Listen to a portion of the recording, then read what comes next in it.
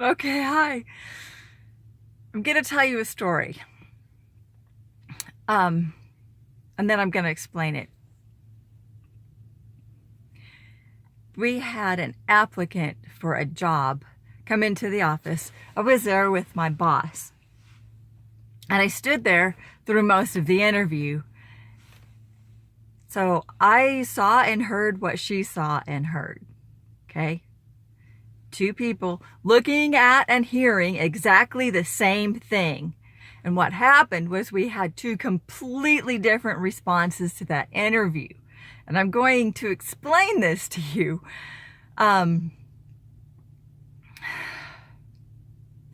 This is my theory of mind, okay? What she's looking at in that interview is the data that registers with her conscious mind. Okay, and that's a very limited data set. Very limited data set. Okay, she knows what color his shirt is. She knows what kind of shoes he's wearing. She might know the color of his eyes, and she's going to remember most of the conversation and the details of that conversation.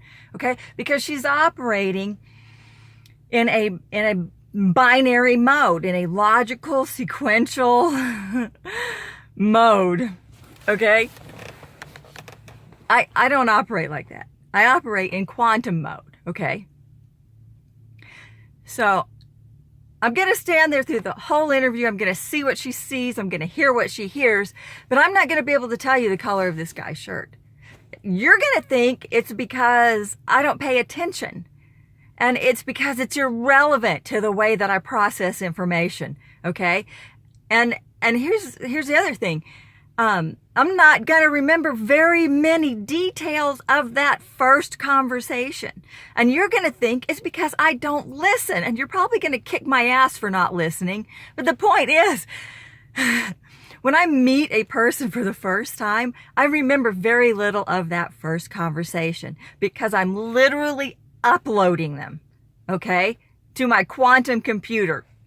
Now, after that first encounter, I'm an extraordinarily good listener. I am. But that first encounter, I'm uploading humans. That's how I process you.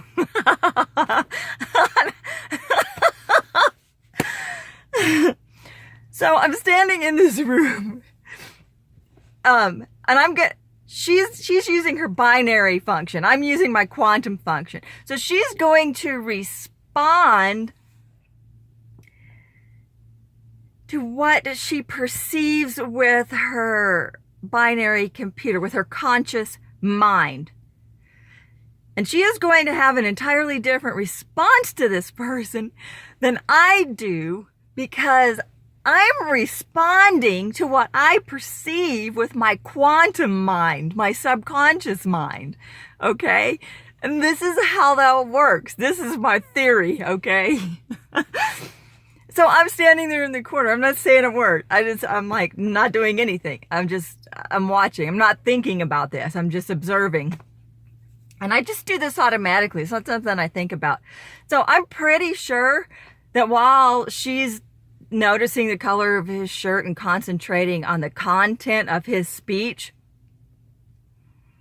what I'm doing is I'm like uploading micro expressions, heart rate, blood pressure, respiratory rate, and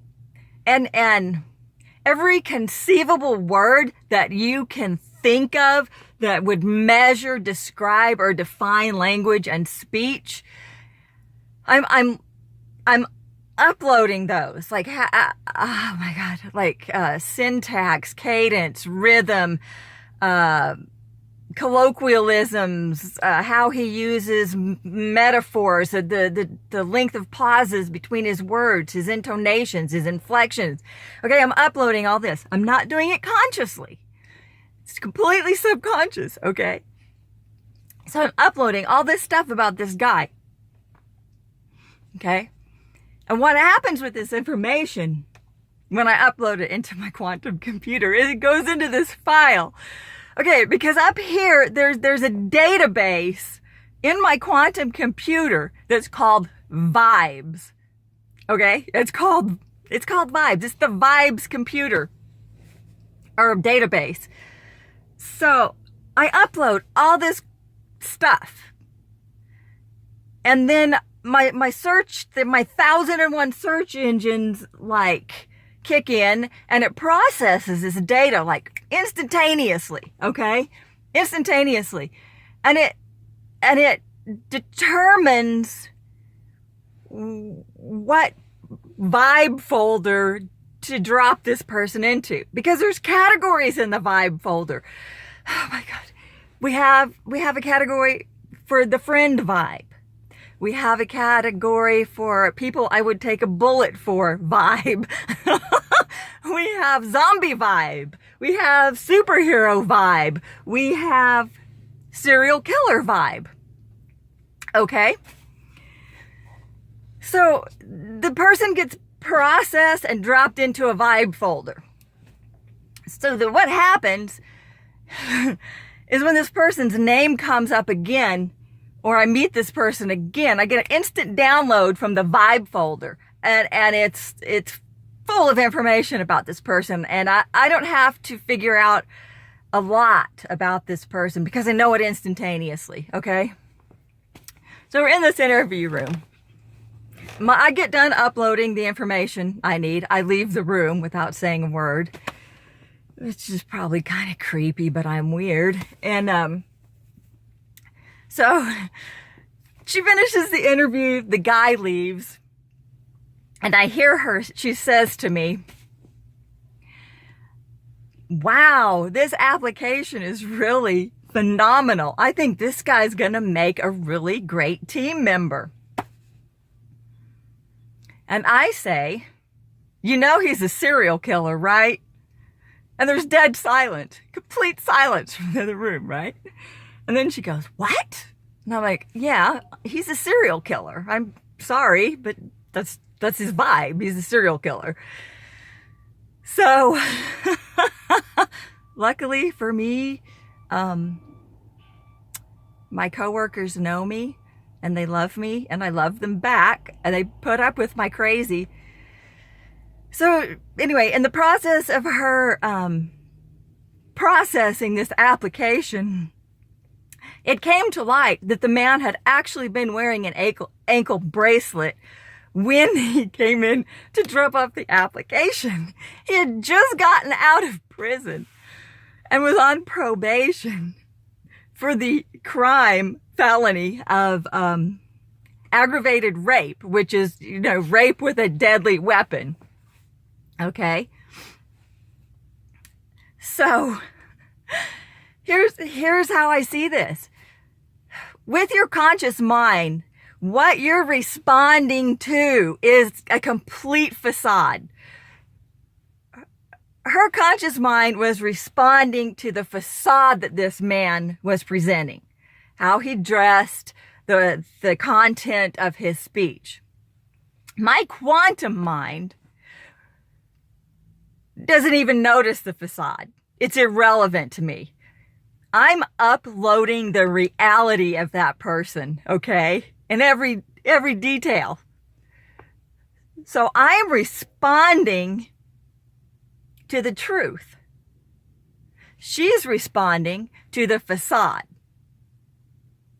So our responses to the same exact stimuli are completely different because I'm informed by, I'm informed by my quantum brain.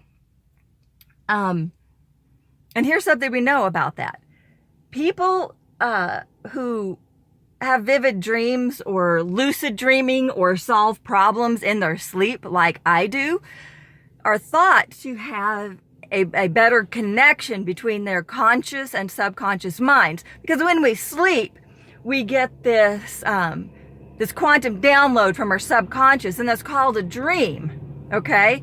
And it informs us with these images that create emotions And there's a lot of information contained in that. But the point is,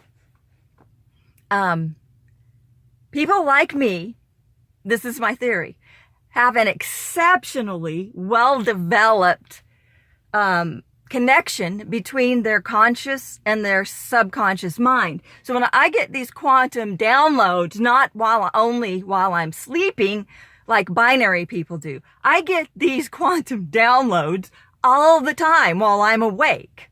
Okay? All the time while I'm awake.